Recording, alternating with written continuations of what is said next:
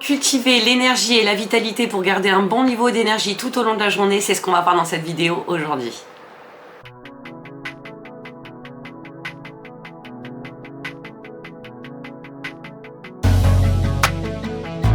Bonjour à tous, je suis Jenny, coach de vie certifiée spécialisée en psychologie positive et aujourd'hui je suis là pour vous expliquer comment maintenir un bon niveau d'énergie tout au long de la journée. Comme on le sait, avoir de l'énergie est très important pour maintenir un niveau de productivité et se sentir bien au quotidien, mais c'est pas toujours évident. Et encore moins pour tout le monde de savoir comment maintenir cette énergie, comment la développer et comment être plein de vitalité tout au long de la journée. Avant tout, on va s'atteler à définir et à différencier l'énergie de la vitalité parce que c'est deux choses totalement différentes. Alors l'énergie, déjà, qu'est-ce que c'est? L'énergie, c'est la capacité à accomplir des tâches tout au long de la journée, alors que la vivacité, c'est une sensation, une sensation de bien-être et tout simplement une sensation de bien-être. La vitalité, c'est ça. En fait, la différence entre l'énergie et la vitalité, c'est juste que l'énergie, c'est ce qui vous donne la capacité d'agir, alors que la vivacité, c'est vraiment un sentiment, un ressenti de bien-être tout au long de la journée. Et vous pouvez avoir de la vitalité sans avoir d'énergie et vice-versa. Le but dans cette vidéo, c'est vraiment d'apprendre comment cultiver les deux pour tout au long de la journée, du matin jusqu'au soir, être capable non seulement de se sentir bien, mais en plus d'être très productif. C'est-à-dire de pouvoir faire tout ce qu'on a à faire sans avoir de baisse d'énergie à un moment donné de la journée. Déjà, il faut bien savoir que le niveau d'énergie est affecté par différents facteurs extérieurs. Ça ne dépend pas de vous, en fait. C'est pas vous voulez me lever le matin en vous disant « Tiens, aujourd'hui, je vais être énergique ». Non. Pour avoir un bon niveau d'énergie, il faut avoir une alimentation saine, on le sait, avoir un sommeil réparateur. Et un sommeil réparateur, ça se fait pas en 2 heures ou à des heures indues dans la soirée. C'est-à-dire que vous couchez à 2 heures du matin, vous levez à midi. Forcément, le niveau d'énergie ne sera pas le même que si vous vous couchez à 22 heures et que vous vous levez à 6 heures. Dans tous les cas, il faut que vous ayez 8 heures de sommeil réparateur. Et il y a également le stress. Le stress est un empêcheur d'être énergique. Plus vous serez stressé et moins vous aurez d'énergie parce que le stress, c'est très fatigant, ça bouffe beaucoup d'énergie et donc pour maintenir ce niveau d'énergie, il va falloir savoir également gérer le stress. Pas que l'alimentation, pas que le sommeil, et pas que le stress. Il faut vraiment que ces trois choses soient entièrement combinées. En termes d'alimentation, on le sait, il faut avoir une alimentation saine qui favorise les légumes pour avoir un apport en vitamines, en oligo-éléments. L'alimentation, c'est vraiment... il faut qu'elle ait tout ce dont votre corps a besoin. Il ne faut pas favoriser un élément plus qu'un autre. Il faut qu'il y ait du gras, du sucre, des vitamines. Il faut vraiment que votre repas soit complet. On parle de protéines, de glucides, de lipides. Il faut que ce soit équilibré, pas que vous ayez un excès de l'un ou une carence de l'autre. En termes de lipides, il faut que ce soit de bons lipides, pas des sucres rapides, parce que les sucres rapides vont certes vous donner un boost d'énergie sur le coup, mais on le sait, ça va très vite redescendre. C'est un pic d'insuline qui vous crée du coup un excès d'énergie, mais qui redescend aussi vite. Il faut favoriser les sucres lents, on le sait. Éviter les sucres industriels, comme on dit, donc éviter les bonbons, les gâteaux, toutes ces choses-là. Bref, je ne suis pas ici pour vous faire une vidéo sur un cours d'alimentation. Donc on le sait, il faut éviter les sucres raffinés et favoriser les glucides complexes. Les glucides complexes, vous les trouvez dans les céréales complètes. Voilà, ça c'est fait, c'est dit. Sur l'alimentation, je ne vais pas y passer 2 heures parce que je suis pas experte en alimentation, même si j'ai fait une formation en naturopathie, vous le savez maintenant, mais je suis pas là pour parler de ça. Donc l'alimentation, c'est fait. Il va également falloir maintenir un niveau d'hydratation important tout au long de la journée, parce que si vous vous déshydratez, encore une fois, ça vous pompe de l'énergie, et cette énergie, c'est de l'énergie qui est gaspillée inutilement. Alors pour l'hydratation, c'est pareil. On dit, on chante et on crie qu'il faut boire 2 litres d'eau par jour. Mais si vous buvez 2 litres d'eau, n'importe quelle eau, il n'y a pas d'intérêt, vous ne serez pas hydraté. Il faut ajouter à votre eau, en tant que possible, des électrolytes. J'en ai déjà parlé dans mon vlog, vous verrez ça dans le vlog de demain. Si ça vous intéresse d'ailleurs, n'hésitez pas à aller le voir puisque je parle aussi de tout ça dans cette vidéo. en un peu plus approfondi puisque j'ai plus de temps.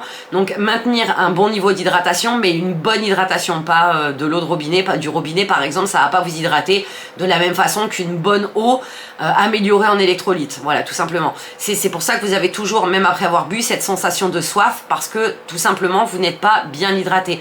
Même si vous respectez les 2 litres ou 3 litres d'eau par jour, vous ne serez pas forcément hydraté. Et ça se ressent notamment en termes d'énergie, mais sur le corps, ça a un impact direct. En termes d'élasticité, on va parler entre femmes, puisque ces vidéos s'adressent aux femmes, la cellulite, on le sait, la cellulite est due à un manque d'hydratation, et j'en suis une preuve vivante, parce que là, je vous fais une vidéo sur tout ça, j'aborde ces sujets-là, parce que c'est des sujets, enfin des habitudes, de nouvelles habitudes que je mets en place dans mon quotidien, et donc je veux partager ça avec vous, à travers ces vidéos qui sont... je vais pas dire éducatives, mais qui peuvent quelquefois vous apporter quelques petits tips dont vous ignoriez tout simplement l'existence parce que vous n'en avez pas entendu parler. Bref, donc voilà, l'hydratation, mais la bonne hydratation, l'alimentation équilibrée, mais la bonne alimentation équilibrée, ne pas se créer de carences, ne pas se priver d'éléments essentiels pour l'énergie, parce que vraiment, là, on parle de ça, dans cette vidéo, on parle d'énergie. Et pour l'énergie, il faut ponctionner dans tout ce que vous pouvez les bonnes énergies, tout simplement. Donc voilà, ça c'est fait. L'alimentation, l'hydratation, c'est la base, on le sait, on va pas passer 2 heures dessus, je l'ai déjà dit. Maintenant, on va passer sur un sommeil de qualité. Un sommeil de qualité, c'est quoi? Comme je vous l'ai dit au tout début de la vidéo, c'est dormir 8 heures. Si vous n'avez pas besoin de 8 heures, dormir 6 heures, mais dormir toujours à la même heure et vous lever toujours à la même heure. Il va falloir mettre en place une routine du sommeil. Alors ça peut vous paraître risible sur l'instant, mais croyez-moi, mettre en place une routine du sommeil, ça change tout, très clairement. Donc il va falloir que vous mettiez cette routine et qu'elle soit régulière, parce que ça ne va pas fonctionner directement, on le sait, on l'a vu dans la vidéo précédente. Une habitude, pour qu'elle devienne une routine, il faut 21 jours pour que le cerveau intègre cette nouvelle habitude et que votre corps l'intègre en même temps. Donc ce que vous allez faire, c'est que le soir, vous allez mettre en place 2 nouvelles habitudes, c'est-à-dire vous allez décider de vous coucher à 22h30, c'est 22h30, c'est pas 1 heure de plus ou de moins. Vous allez vous coucher, lire un livre ou faire une séance de méditation. L'idéal, c'est faire une séance de méditation. Il ne faut pas qu'il y ait d'éléments qui perturbent votre sommeil. Donc pas de perturbateurs visuels, auditifs. Il faut vraiment que vous vous mettiez votre cerveau dans l'état de dormir. Il faut que votre cerveau comprenne que ça y est, c'est la fin de la journée. Stop, vous évacuez et vous vous reposez. Pour que le sommeil soit réparateur, il faut vraiment ça, qu'il n'y ait pas d'éléments déclencheurs de stress au moment du coucher. C'est pour ça que je vous dis que la séance de méditation, c'est une bonne chose parce que ça vous permet de lâcher prise. Vous faites une méditation de 5 minutes contre le lâcher prise où vous mettez des bruits blancs, vous savez, vous mettez sur votre téléphone, sur YouTube, bruit blanc, ça va vous mettre des bruits de la nature, de la mer ou des choses comme ça, ça va vous permettre de vous apaiser, de réguler votre rythme cardiaque, de l'abaisser et de vous endormir paisiblement pour un vrai sommeil réparateur. Et ça, c'est très important. Il faut que vous ayez un environnement propice au sommeil. Si vous avez, admettons, la télé, vous regardez un film, rien que les lumières, déjà, ça perturbe votre rythme de sommeil. Vous n'allez pas dormir de suite et vous n'allez pas bien dormir. Il faut vraiment que vous entriez dans un moment de calme, que votre chambre ait été aérée avant pour que vous entriez dans une pièce fraîche et propice au sommeil, tout simplement. Et voilà, comme je l'ai déjà dit, limiter les écrans, donc c'est-à-dire pas de téléphone, pas de télé, aucun perturbateur. Vraiment, quand vous entrez dans votre chambre, vous y êtes en mode « je vais dormir ». Tout simplement. Il faut que vous favorisiez la sécrétion de mélatonine. C'est l'hormone du sommeil, en fait, l'hormone qui va vous emmener vers un sommeil profond et réparateur. Donc voilà, ça c'est fait. On a parlé d'alimentation, on a parlé de la routine du sommeil. Maintenant, on va parler de choses qui fâchent, l'exercice physique. Parce que l'exercice physique, en fait, ça vous permet de sécréter des hormones qui favorisent l'énergie et la vitalité, pour le coup les deux à la fois, puisque ça va favoriser le bien-être émotionnel et physique. Donc c'est très important le matin de mettre en place une routine d'activité physique, même si c'est 5 minutes d'exercice physique, des étirements, une gym douce, peu importe l'exercice physique. Je vous demande pas de faire 1 heure de musculation par jour, c'est pas du tout ça, mais quelque chose qui mette votre corps en mouvement et qui vous mette directement dans un état énergisant. Et on le sait, l'exercice physique, c'est quelque chose de très important. D'ailleurs, moi je viens d'apprendre quelque chose en regardant une vidéo de Yoni Denzel qui parlait de sa routine matinale, parce que j'ai beaucoup travaillé sur la nouvelle routine que je vais mettre en place. J'ai regardé beaucoup de vidéos pour piocher le bon dans un peu chacune des routines, puisque vous le savez, j'avais mis en place la Miracle Morning, mais elle ne me convient plus parce que me lever à 5 h du matin, c'est juste plus possible physiquement. J'ai besoin de me lever un petit peu plus tard, et en plus j'ai pris pour habitude de me lever à 5 h du matin, donc je me réveille automatiquement. Il va falloir que je mette en place une nouvelle routine de sommeil. Vous voyez, c'est vraiment tout ce dont je vous parle là, c'est vraiment les choses que je vais mettre en place en même temps que vous, si vous commencez dès aujourd'hui. Moi je commence à mettre tout en place à partir du 1er juillet. D'ailleurs, si ça vous intéresse, je vous invite à commencer en même temps que moi, ça peut être sympa qu'on fasse ça tous en même temps et qu'on en discute, qu'on partage nos impressions.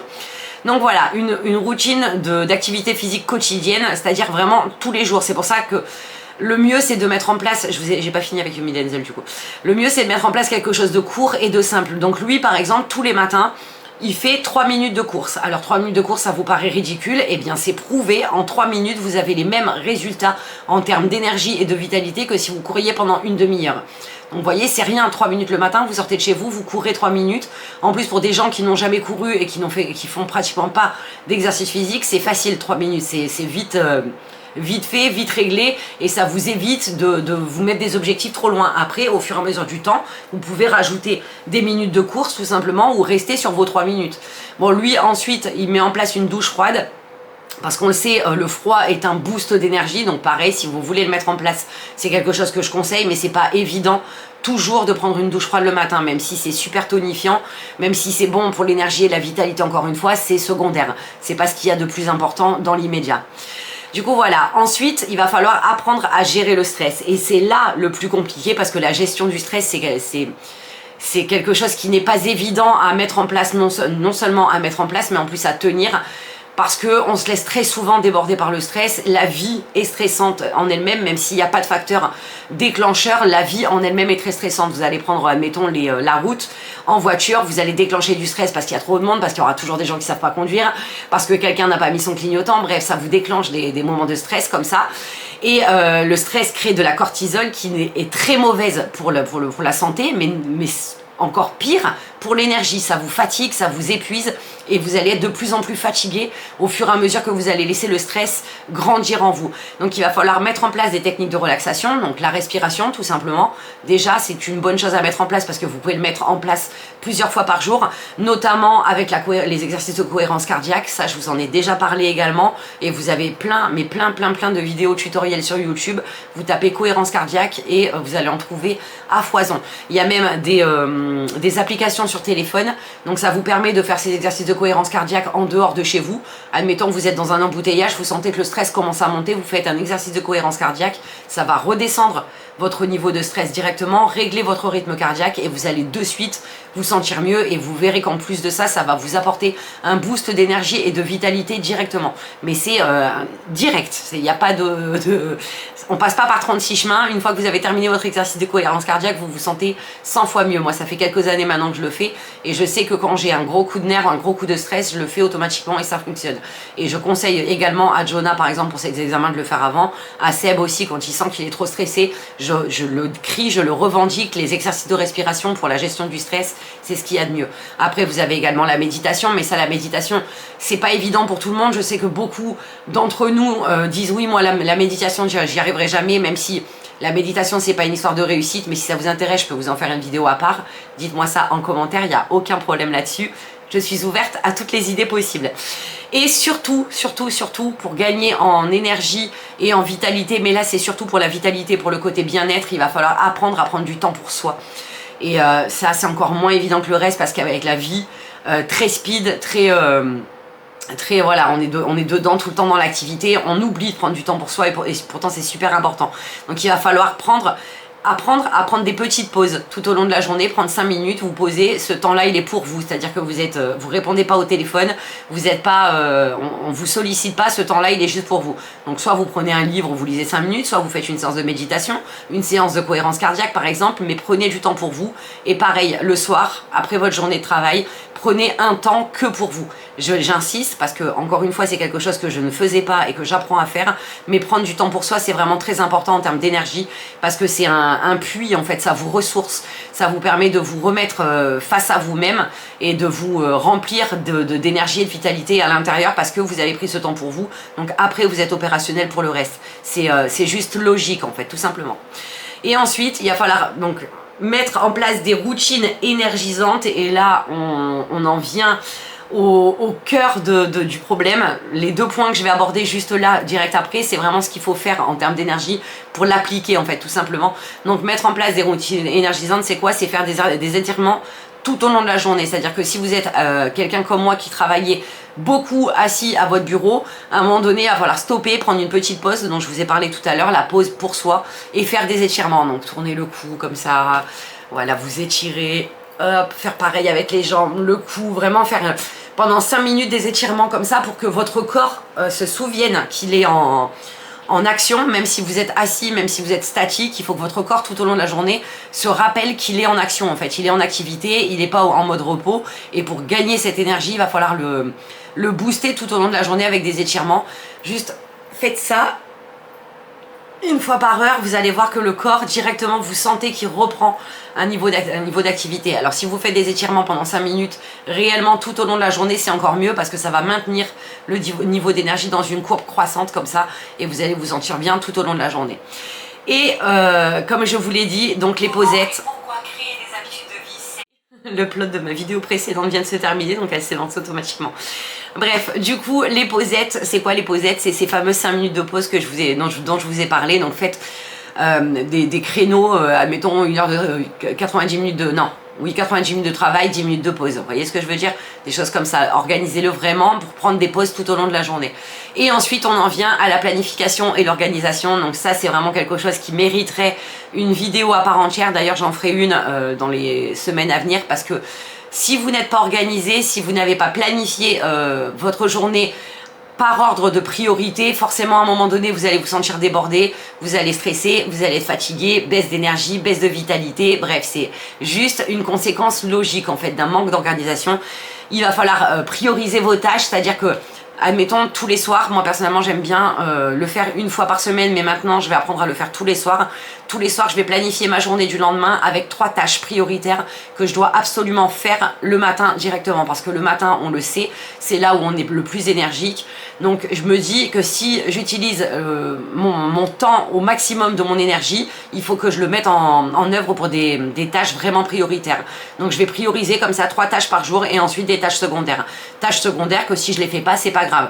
Mais si je les fais, c'est mieux, bien sûr. Mais l'essentiel étant que dans ma journée, j'ai fait réellement ces 3 tâches prioritaires et que j'y ai mis je les ai mises au moment de la journée où mon niveau d'énergie est le plus élevé. Même si, comme je vous l'ai dit là, on apprend à maintenir un niveau d'énergie tout au long de la journée. Mais forcément, à un moment donné, vous serez moins énergique que vous l'êtes le matin, parce que le matin, déjà, aux sorties de votre routine matinale, vous êtes au top de l'énergie. Et qu'en plus de ça, vous avez l'esprit clair et le mental focus sur ce que vous avez à faire. Donc c'est pour ça qu'il faut absolument mettre en place ces 3 tâches primordiales le matin directement. Et ensuite, vous allez décomposer ces tâches prioritaires en petites tâches. C'est-à-dire que vous n'allez pas tout simplement marquer, admettons, je dois tourner 10 vidéos. Voilà, parce que moi c'est beaucoup ça, c'est beaucoup du contenu, ou créer 30 contenus pour le mois de juillet sur Instagram. Non, je vais décomposer ça. Donc sur la première tâche, admettons pour ces 10 vidéos, je vais d'abord lister mes idées de vidéos. Ensuite, deuxième tâche, je vais faire les trames de mes vidéos. Ensuite, troisième tâche, je vais commencer à tourner mes vidéos. Une fois que les vidéos seront tournées, quatrième tâche, je vais monter les vidéos. Cinquième tâche, je vais uploader sur YouTube. Vous voyez ce que je veux dire? Vraiment décomposer chaque grosse tâche en sous-tâches. Et surtout, ne pas vous déborder, ne pas faire des to-do list à rallonge. Là, je viens de vous donner l'exemple de 10 vidéos YouTube, mais c'est impossible en une journée. Par contre, je vais faire, admettons, tourner 2 ou 3 vidéos parce que ça, c'est possible. Et là, je vais décomposer. Il faut toujours se fixer des objectifs SMART. Je vous l'ai déjà dit, des objectifs qui soient réalisables. Si les objectifs ne le sont plus, vous vous faites des listes pour rien. Et en plus de ça, vous allez culpabiliser parce que vous n'aurez pas réalisé vos tâches. Mais encore une fois, ça fera l'objet d'une vidéo ultérieurement. Donc voilà, pour tout ce que j'avais à vous dire sur comment gagner en énergie et en vitalité.